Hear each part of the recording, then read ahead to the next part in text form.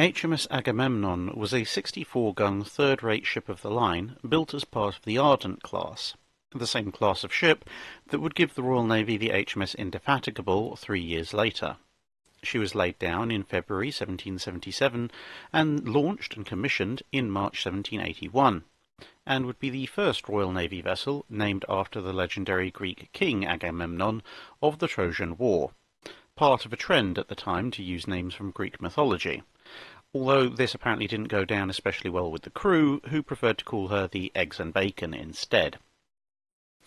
She faced the same issue as most of the rest of her class, though, which was that the 64-gun third rate had been surpassed by the 74-gun third rate, since this latter vessel, as well as simply carrying 10 more guns, also carried a far heavier broadside gun for gun, using 32-pound cannon for the lower gun deck and 24-pound guns on the upper gun deck, as opposed to the 64s, which used 24-pounders on the lower gun deck and lighter 18-pounders on the upper gun deck. But at the same time, the Admiralty needed every ship it could get, and unlike her later sister ships, Agamemnon was ready for service. And so she was put into service as part of a fleet of 18 ships assembled to intercept a large French convoy heading for the Caribbean. The lead ship of this fleet might be familiar to many of you, the HMS Victory, and in the resulting engagement 15 transports were captured and the convoy scattered, although Admiral Kempenfelt apparently didn't feel like engaging the French escorting forces, which had been caught downwind on the other side of the convoy. The next year, under Admirals Rodney and Hood, she would be part of the British fleet that fought at the Battle of the Saints, a much more decisive action that saw 4 French ships captured and a number heavily damaged, along with 4 more taken in the pursuit that followed. This battle also had much wider strategic implications, as it offset the British loss at the Battle of Yorktown and gave Britain the strategic initiative against France and Spain, thus forcing a peace that saw the USA gain its independence, but British dominance at sea and its other colonial holdings secured. Following the conclusion of the war, Agamemnon was repaired and resheathed with new copper sheets before being put into reserve in 1784. 9 years later, the French royals were out, the revolutionary government was in, and the war was back on. Ironically, at first in support of the very same French monarchy that the British had spent the better part of the previous 7 centuries fighting against. At this juncture, she would receive a new captain, one Horatio Nelson, and would take part in the blockade and assault on Toulon, which resulted, on the naval side of things at least, with the destruction of about half of the 30 French warships in port at the time, and far more critically, the burning of the entire dockyard supply of seasoned timbers for shipbuilding. That would hurt the French Navy for a considerable time to come. In the course of these operations, Nelson and the Agamemnon were sent to summon help in the form of troops from the Kingdom of Naples, and also fought a solo action with a French squadron consisting of 3 large and 1 small frigate, plus a brig, which ended up with the French refusing any further engagement and the Agamemnon withdrawing with damaged rigging and sails. 1794 would see the ship helping in the assault on Corsica, during which Nelson would lose an eye, and conclude the year with the Battle of Genoa, a somewhat less than satisfactory fleet action as a whole, but one where the Agamemnon was second on the scene of the damaged 80-gun Saira, which had been engaged by the 36-gun frigate HMS Inconstant, and along with the HMS captain, Agamemnon was able to batter the Saira into submission and hold off French ships coming back to help long enough for the Saira to drift out of line, with the overall outcome of the battle being the capture of the Saira as well as the Censeur, which had tried to tow her. 1795's highlight would be the Battle of Hyres Islands,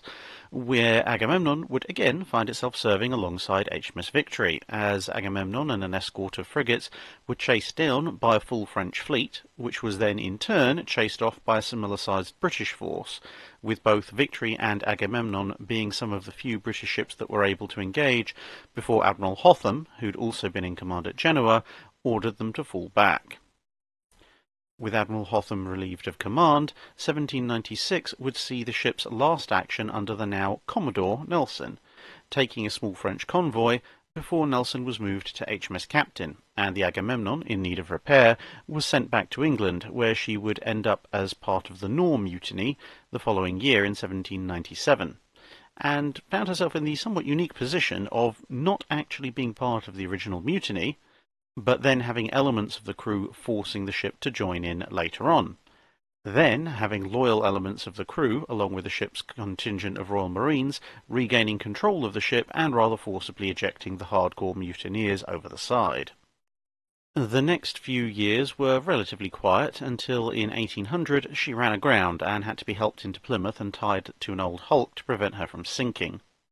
But with those repairs completed, she would be back in action in 1801 as part of a fleet and under Admiral Parker and the now Vice Admiral Nelson, heading for Denmark and the Battle of Copenhagen. Although she would be something of a spectator to this engagement, as she grounded whilst trying to get into position, only being retrieved once the fighting had died down. As one of the smaller ships of the line, she would be laid up in 1802 in fairly poor condition, and would likely have been broken up or reduced to a hulk in fairly short order had it not been for tensions increasing and then war flaring up again in 1804, which would see her repaired yet again and put back into commission. Sailing with Vice Admiral Calder's fleet, she would engage Admiral Villeneuve's Franco-Spanish fleet at the Battle of Cape Finisterre,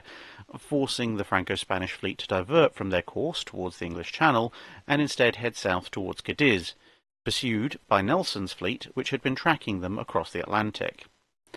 Agamemnon would now find itself fighting alongside HMS Victory and Nelson yet again, as after some quick repairs to its battle damage, she headed south to join Nelson's blockading force, being chased along the way, yet again, by 6 French ships of the line and their escorts, but she managed to evade them and then proceeded to find and capture a passing American merchant ship for a bit of early prize money.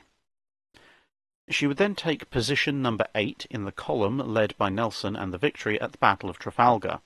with the diminutive 64-gun Agamemnon merrily sailing into the biggest battle of its life, firing all guns on both sides as it headed through the Franco-Spanish fleet, before deciding to pick a fight with the biggest ship present on either side, the gigantic 4-decker 144-gun Santissima Trinidad. Then she managed to dismast the Santissima Trinidad, albeit with the help of a few other passing British ships,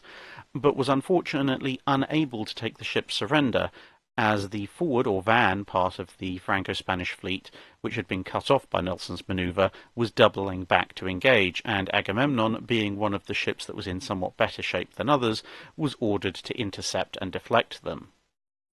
Following the battle, Agamemnon would tow HMS Colossus back to Gibraltar before heading out to blockade what was left of the enemy fleet in Cadiz. After a few months, she handed that job over to other ships and would find herself in the Caribbean by 1806, chasing a French troop convoy, which would result in the Battle of San Domingo, which saw all French ships of the line involved destroyed or captured. 1807 would see her show up back on the other side of the Atlantic for the Second Battle of Copenhagen, and not wanting to break a habit, she ran aground again, although this time she was able to unstick herself in time to contribute more to the battle than just acting as a bit of a warning marker. The end of that year saw a brief stint on blockade duty off Lisbon, after which she sailed over, during the change of the year, to Brazil, remaining in the area of Maldonado Bay during the rest of 1808 as part of the British effort to keep King John VI of Portugal safe, as he was in exile in Brazil at the time and was a British ally. However, Agamemnon was by now in bad condition, having had something of a history over her lifespan of degrading rather quickly during times of hard use, and in 1809, while she was seeking shelter from a storm, she hit an uncharted shoal, and due to her degraded condition, the hull was not able to withstand the battering long enough to get her off again, and she was wrecked. The wreck would be located again in 1993, with some artefacts, including one of her main battery 24-pounder guns, being recovered in 1997. The ship itself may be gone, but the name would stick around, being reused for a second-rate steam-powered ship of the line, an ironclad, and the last British pre-dreadnought. The name will feature again in the near future, as one of the new Astute-class submarines is also due to carry the name HMS Agamemnon into the future. That's it for this video. Thanks for watching. If you have a comment or suggestion for a ship to review, let us know in the comments below. Don't forget to comment on the pinned post for dry dock questions.